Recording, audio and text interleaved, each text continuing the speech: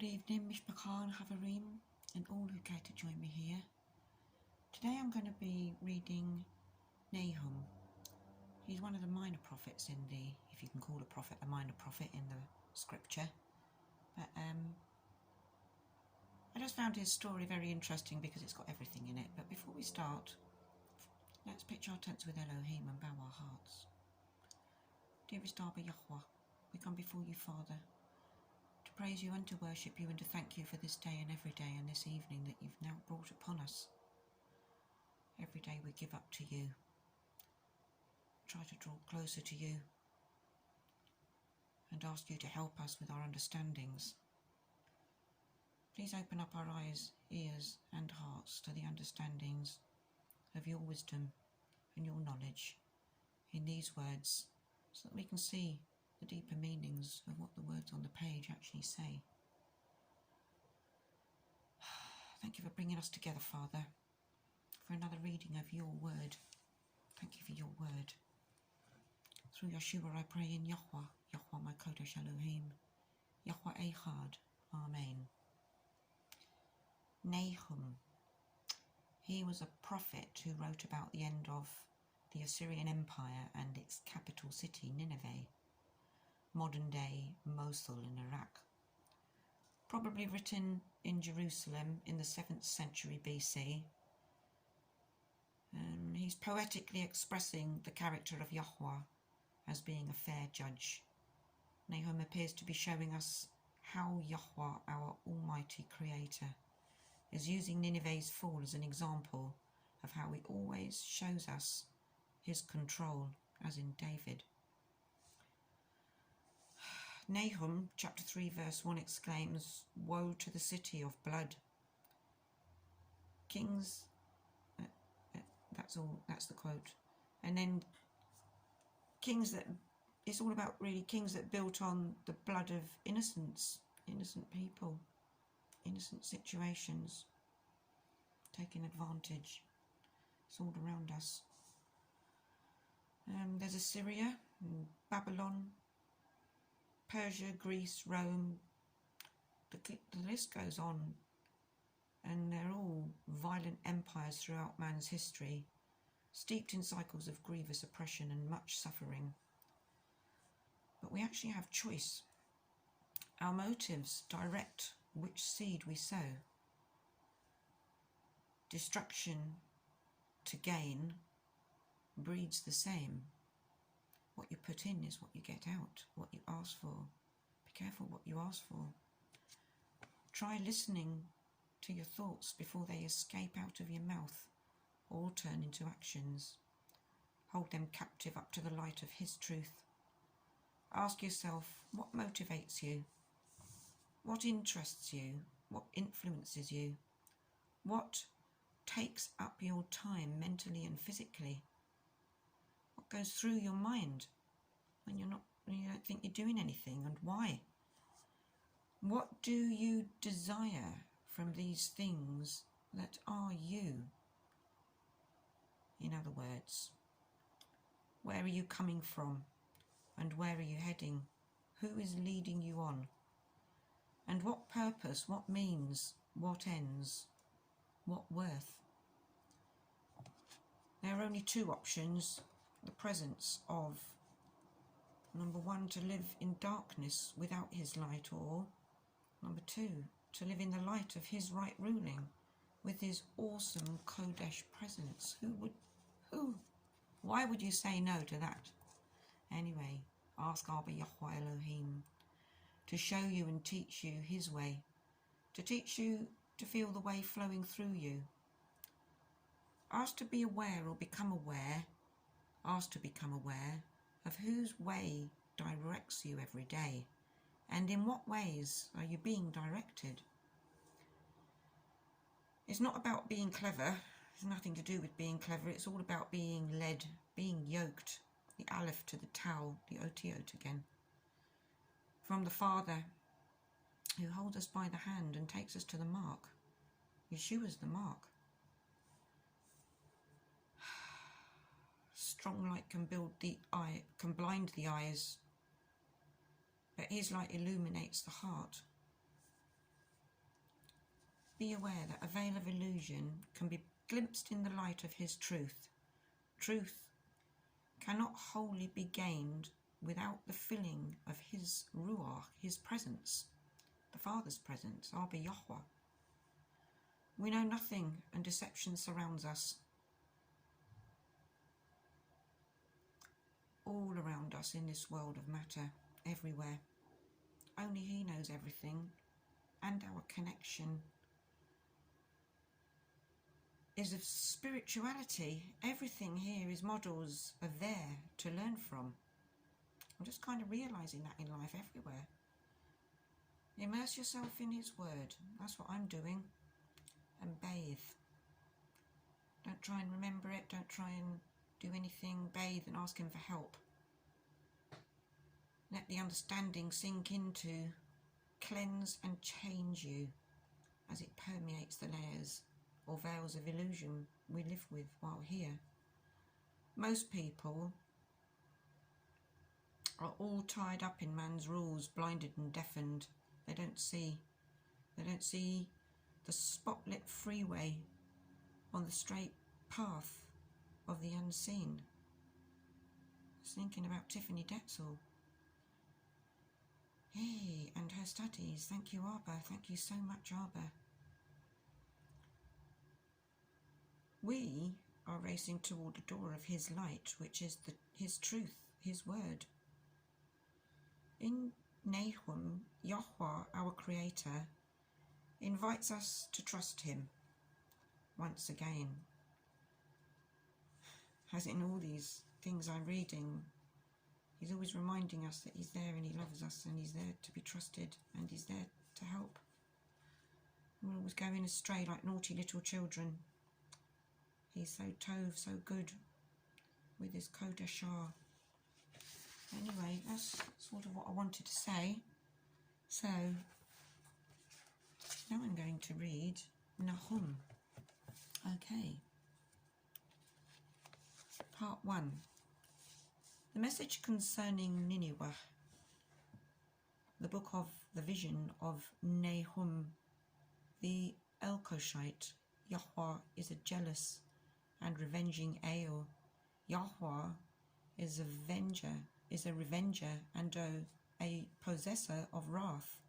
Yahweh takes vengeance on his adversaries, and he watches for his enemies.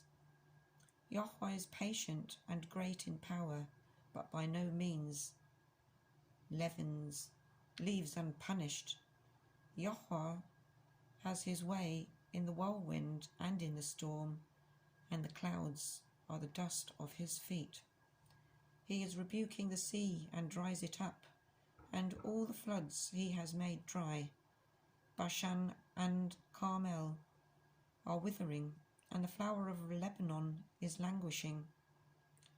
Mountains have shaken before him, and the hills have melted, and the earth is lifted up at his presence, and the world and all who dwell in it.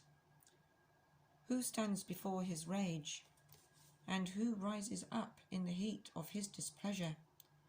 His wrath is poured out like fire, and the rocks have been broken by him. Yahweh is good as a stronghold in the day of distress, and he knows those who take refuge in him. But with an overwhelming flood he makes a complete end of the place, and darkness pursues his enemies. What do you plot against, Yahweh? He makes a complete end of it. Distress does not rise up a second time, though they are as entangled thorns, and as drunkards with their drink. They shall be consumed like stubble thoroughly dried. From you came forth one who plots evil against Yahweh, a counselor of Belial. Thus said Yahweh, though they are strong and many, even so they shall be cut off and pass away. Though I have afflicted you, I afflict you no more. So now I break his yoke from you and tear off your shackles, and Yahweh has commanded. concerning you, your name shall no longer be sown. From the house of your mighty ones I shall cut off the carved image and the moulded image. I shall appoint your grave, for you have been of no account.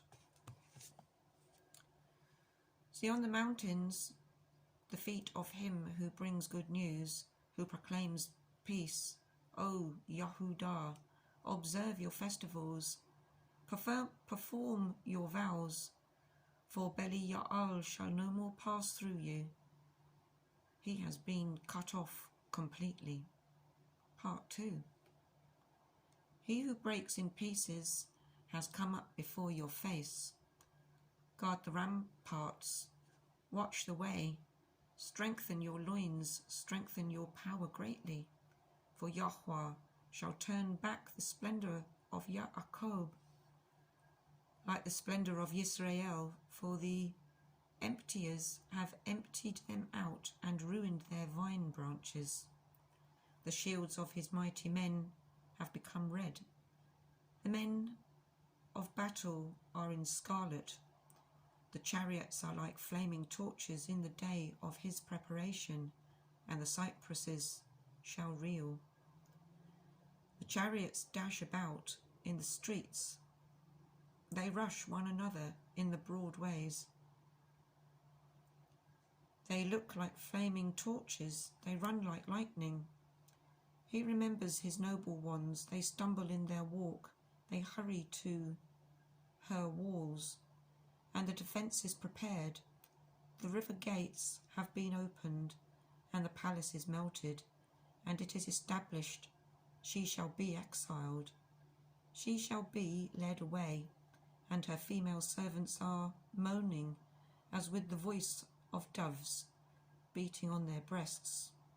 And Nineveh of old was like a pool of water. Now they flee away. Stop, stop, they cry, but no one turns back. Plunder the silver, plunder the gold. There is no limit to the treasure, a wealth of all precious objects.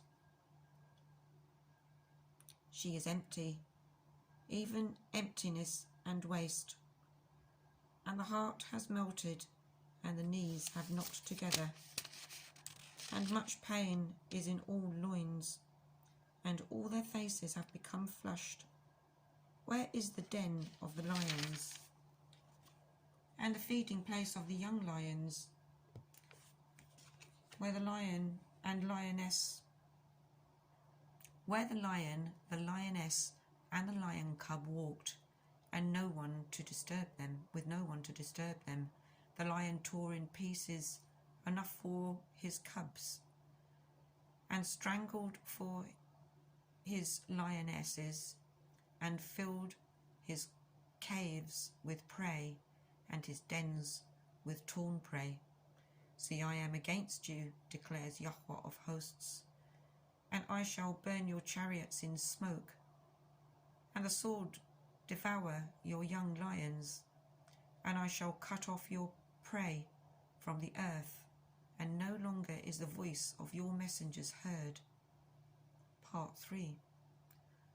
Woe to the city of blood! All of it is a lie.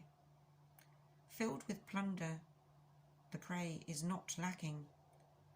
The sound of a whip, the sound of rattling wheels, of galloping horses, of jolting chariots, mounted horsemen with bright sword and glittering spear, and many wounded, and a mass of dead bodies, and no end of corpses. They stumble over the corpses, because of the many whorings of the well-favoured whore, the mistress of sorceries, who sells nations by her whorings, the clans by her sorceries. See, I am against you, declares Yahweh of hosts, and shall lift up your skirts over your face, and shall show nations your nakedness, and reigns your shame. And I shall cast abominations upon you, and treat you as foolish, and make a spectacle of you. And it shall be that all who see you flee from you and say, Nineveh is laid waste. Who mourns for her? Where do I seek comforters for you? Are you better than Ammon, who dwelt by the Nile streams with waters around her, whose rampart was like the sea, whose wall was like the sea? Cush and Mizraim were her strength, even unlimited. Put and Luvim were her helpers. But she was exiled. She went into captivity, and at the head of every street her young children were dashed to pieces. Lots were cast for her esteemed men, and all her great men were bound in chains. You too are to become drunk. You are to go into hiding. You too are to seek refuge from the enemy. All your strongholds are fig trees with ripened figs. When shaken, they shall fall into the mouth of the eater. See, your people in the midst are women. The gates of your land shall be opened wide to your enemies. Fire shall consume your gate bars. Draw for yourself water for the siege. Strengthen your defences. Go into the clay and tread the mortar. Lay hold of the brick mould. There a fire shall consume you, a sword cut you off, eat you up like a locust. Make yourself many like the locust. Make yourself many like the swarming locust. You have increased your merchants more than the stars of the Shamayim. The locust shall strip off and fly away. Your officials are like the locusts, and your marshals are like the great grasshoppers, which settle in the hedges on a cold day. When the sun rises, they flee away, and the place where they are is unknown. Your shepherds have slumbered, O sovereign of Ashur. Your nobles lie down to rest. Your people are scattered on the mountains, and no one gathers them. Your injury has no healing. Your wound is grievous. All who hear news of you shall clap their hands over you. For over whom did your evil not pass continually? Amen. Harsh words. Hey, it's a short one. A pretty clear picture there. Like another warning. Our shepherd, Alan Horvath, was awake. Yahweh called us. He called us together through Alan, and now through Karen and company. To me, this scripture resembles the futility in Koheleth and points out all strength and power and esteem is only his. We have nothing of our own. He gives in portions, no gorging or undereating. And as underground streams feed the land, and blood flowing through our veins feeds us, our body, his word feeds and nourishes our spirit, changing our mind, our heart. When we hold his hand, pray that you hold his hand. I pray you hold his hand. Stand still and observe him. His ways are subtle and distinct. Fall back in him and let go. It's a mental, spiritual thing. It changes your life. Be nourished by his word every day while we wait for our Adon, Yahweh's salvation. Through Yeshua I pray in Yahweh. Yahweh my Kodesh Elohim. Yahweh Ehad. Amen. With much hedwah, much joy, stay yoked, Mishpacha, Havarim. And all who join me here, thank you for coming onward and upward, running for the door. I hope this has been a berachah to you. Shalom and much ahav.